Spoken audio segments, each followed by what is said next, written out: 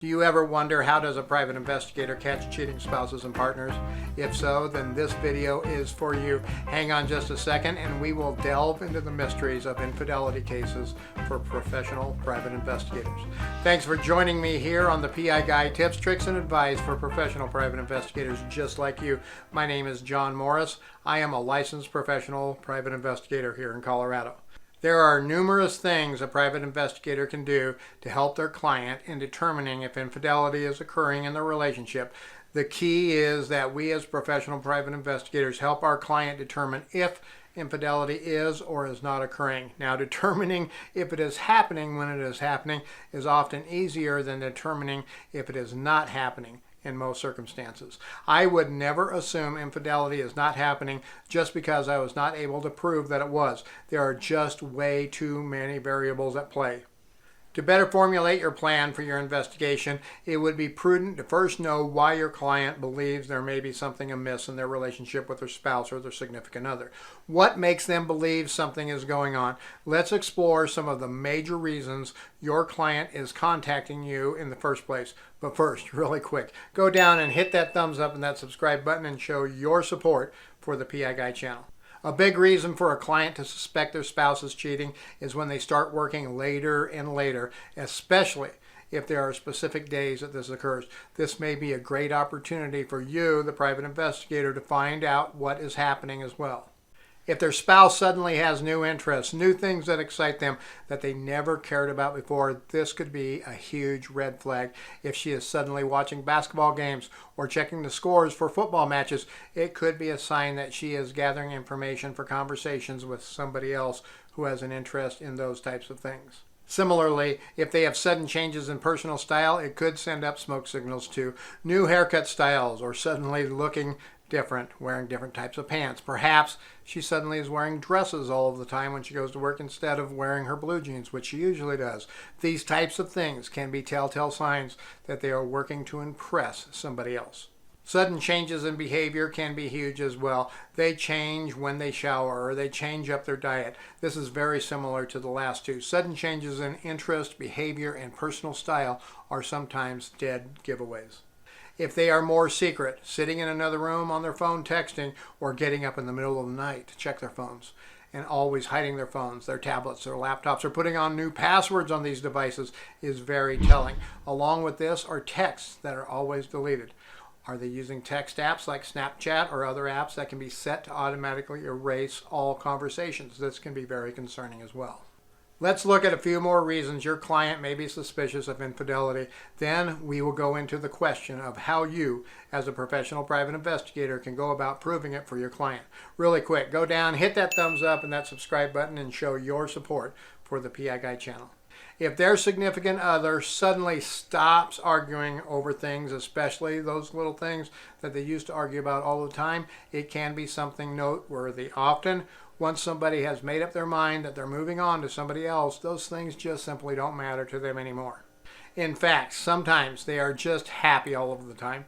They have no cares in the world. They have that go ahead, be mad at me attitude, and they know that they have somebody else to turn to.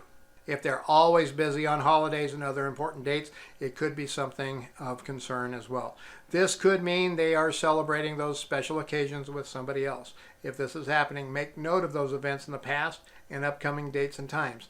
Is there an opportunity for you, the private investigator, to discover the evidence that your client needs?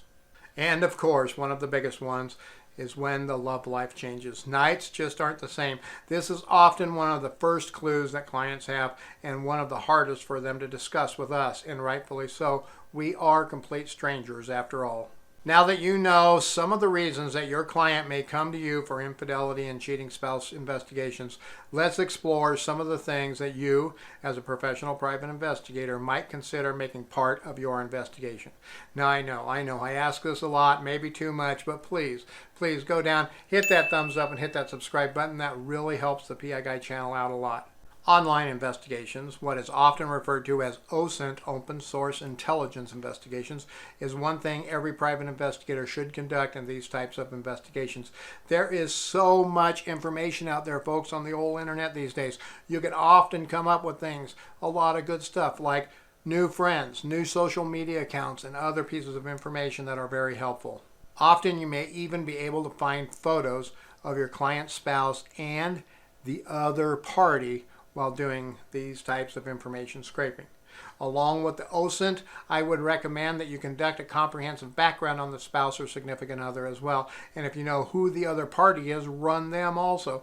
This can lead to unknown information such as arrests, but also potential new addresses. Many times a cheating spouse will get new credit cards, a new bank account or cell phone, and have correspondence for those accounts sent to the other party's house, or they may even have their very own secret place that they meet.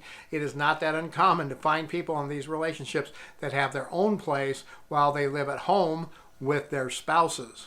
Interviewing neighbors is a great way to get some good information. Do this under the guise of looking to move into the neighborhood and you want to know who is who and what the neighbors are like. Many times you will find a nosy neighbor that is happy to tell you all kinds of great things that go on during the day while your client is off at work. Technology surveillance may be an option as well. Now first, before you even think about this, check with your state's laws regarding these types of things. You could end up violating laws or a person's right to privacy, and it is incumbent upon you to know what you can and cannot do. I will also say if you use technological surveillance and it gets compromised, your client could be held liable and it could hurt them in legal matters such as child custody, alimony, maintenance, and other outcomes. And your client could come after you legally too if you are not complying with the laws, the rules, and the regulations. Some technology surveillance techniques that may be available to you are things such as deploying recording devices in the home to record video or audio. Now this would be something that, as I said before, must be done within the legal constraints of your state. I would also make sure these are not in private areas or areas where the spouse or anybody else would have reasonable expectations of privacy. I do not use these myself, so I don't have a lot of real-world experience or expertise that I could pass on to you about trying to use them. Another form of technological surveillance would be a tracking device. Again, it is incumbent upon you to make sure you know what the laws are regarding the use of these types of devices in your state. Some states have laws that disallow them. Some states have laws that allow them with certain restraints and conditions.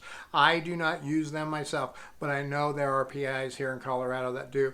We do not have any laws that pertain directly to the use of tracking devices, but there has been some case precedent set in Colorado where PIs and their clients have been arrested, charged, and convicted of things such as stalking and harassment for using tracking devices. Physically checking phones, tablets, and laptops for evidence is another way to obtain information. As well, checking cell phone activity records. What numbers are they calling? What numbers are they texting? And what days of the week and the times of the day is this occurring? Again, check with your state's laws as to what you can and cannot do regarding these activities. Okay, before we discuss the number one way to investigate cheating spouse and infidelity cases, go down and hit that thumbs up and that subscribe button for me really quick. That really helps the channel out a lot. The number one way to help your client get the evidence that they need for these cases, folks, is good old-fashioned surveillance. Work with your client to identify targets of opportunities, such as times, days, dates, and other pertinent information. This information may come from your client's knowledge of the situation or even from those background and those OSINT investigations that you conducted. Often surveillance for these cases is conducted at night, and I always recommend to my client to utilize 2 investigators for them. Using 2 gators helps ensure the integrity of the investigation and helps ensure a better follow scenario once it goes mobile. Obviously, it cannot guarantee the results or the outcome, but it sure does help. Nothing is worse than working a domestic case like this and getting burned. It is usually very obvious what is going on to the spouse. Then, even if there was nothing happening, more problems are sure to occur for your client's relationship.